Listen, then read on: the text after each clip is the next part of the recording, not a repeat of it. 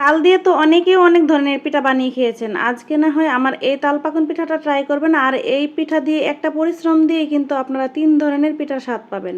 তো আসসালামু আলাইকুম, কেমন আছেন সবাই? আশা করছি যে যেখান থেকে আমার ভিডিওটি দেখছেন অবশ্যই পুরো ভিডিওটির সাথে থাকবেন। আর ভালো লাগলে লাইক, কমেন্ট, শেয়ার এবং ফলো দিয়ে পাশে থাকবেন নতুন নতুন রেসিপি দেখার জন্য। তাল পাকন পিঠা বানানোর জন্য প্রথমে একটা প্যানে আমি একটা তালের রস নিয়ে নিলাম। আর এই তালের রসটা আমি কিভাবে করি ঝটপট সেটা আমার পেজে দেওয়া আছে, অবশ্যই দেখে নিতে পারেন।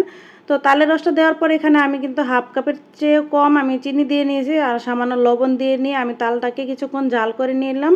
এই তো 2 থেকে 3 মিনিট জাল করে নিয়েছি। জাল করে নেওয়ার পর এখানে 2 কাপ আটা দিয়ে আমি 1 থেকে 2 মিনিটের মতো একদম মিডিয়াম লোতে রেখে একটু জাল করে নিলাম।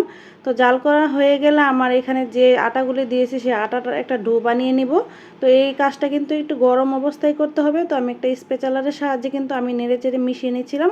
তো আমি অফ ক্যামেরায় কিন্তু আমি আটাটা ভালো করে একটা ডো বানিয়ে নিয়েছি, একদম মসৃণ একটা ডো। এখন যেটা করব, এখান থেকে অল্প একটু ডো নিয়ে আমি দুই হাতের তালুর সাহায্যে আমি একটু গোল করে নিব, গোল শেপ দিয়ে নিব। শেপ দেওয়া হয়ে গেলে এখানে একটা চামচের পিছনের যে মাথা থাকে সেটা দিয়ে আমি একটু সুন্দর একটা ডিজাইন, ফুলের ডিজাইন করে নিচ্ছি। আমি কিভাবে ডিজাইনটা করছি এটা আপনারা দেখলেই বুঝতে পারবেন। তো এইভাবে আমি সবগুলো বানিয়ে নেব। তো আমি আপনাদের দেখার সুবিধার্থে আরেকটা বানিয়ে দেখাচ্ছি।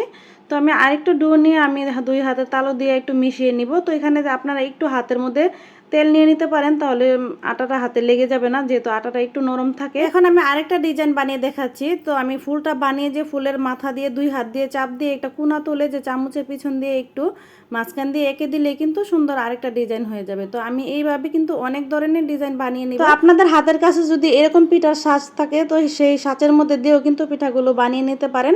আর এই পিঠাগুলো বানাতে কিন্তু খুব একটা কষ্ট হয় না, আর খুব একটা কঠিনও না, খুব সহজে কিন্তু হয়ে গেছে। তো আমি সবগুলো পিঠাই কিন্তু এইভাবে বানিয়ে নিয়েছি। তো আমি এখানে কিন্তু অনেক ধরনের নকশা করে নিয়েছি পিঠাগুলোতে।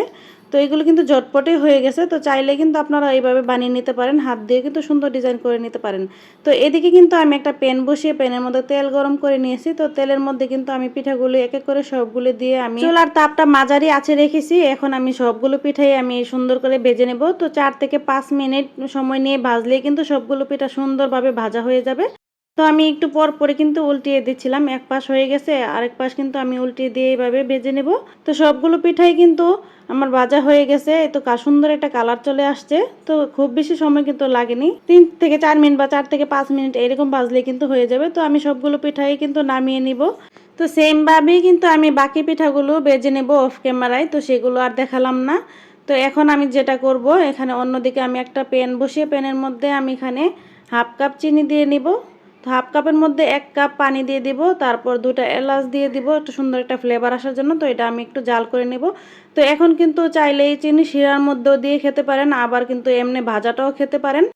তো আবার কিন্তু দুধ জাল করে কিন্তু দুধ দিয়েও কিন্তু আপনারা এই পিঠাটা কিন্তু দুধের মধ্যে ভিজিয়েও কিন্তু খেতে পারেন। তো একই রকমের পিঠা একটু কষ্টে একটা পরিশ্রমী কিন্তু আপনারা 3 ধরনের টেস্ট নিতে পারেন পিঠা থেকে। তো আমি এখানে 3 ধরনের দুধ দিয়ে বানালাম না, আমি শুধু চিনি শিরার মধ্যে দিলাম আর ভাজা কতগুলো রেখে দিলাম। তো চিনি শিরাটা কিন্তু আমি 4-5 মিনিট জাল করে নিয়েছি। হাত দিয়ে যখন দেখলাম একটু আঠা আঠা হয়ে আসছে, তখনই আমি চুলাটা অফ করে পিঠাগুলো দিয়ে আমি এখানে 2-3 ঘন্টার জন্য ঢাকনা দিয়ে ডেকে রেখে দিব। 3 ঘন্টা পর ফিরে আসলাম। দেখতেই পারছেন আমার পিঠাগুলো একদম রসে টইটম্বর হয়ে গেছে ভরে, আর এতটাই মজার ছিল। অবশ্যই আপনারা একবার এই তাল পাকন পিঠাটা বানিয়ে দেখবেন বাসায়। আর কে কে খেয়েছেন অবশ্যই কমেন্ট করে জানাবেন। তো আজ এই পর্যন্ত, সবাই ভালো থাকবেন, সুস্থ থাকবেন, আল্লাহ হাফেজ।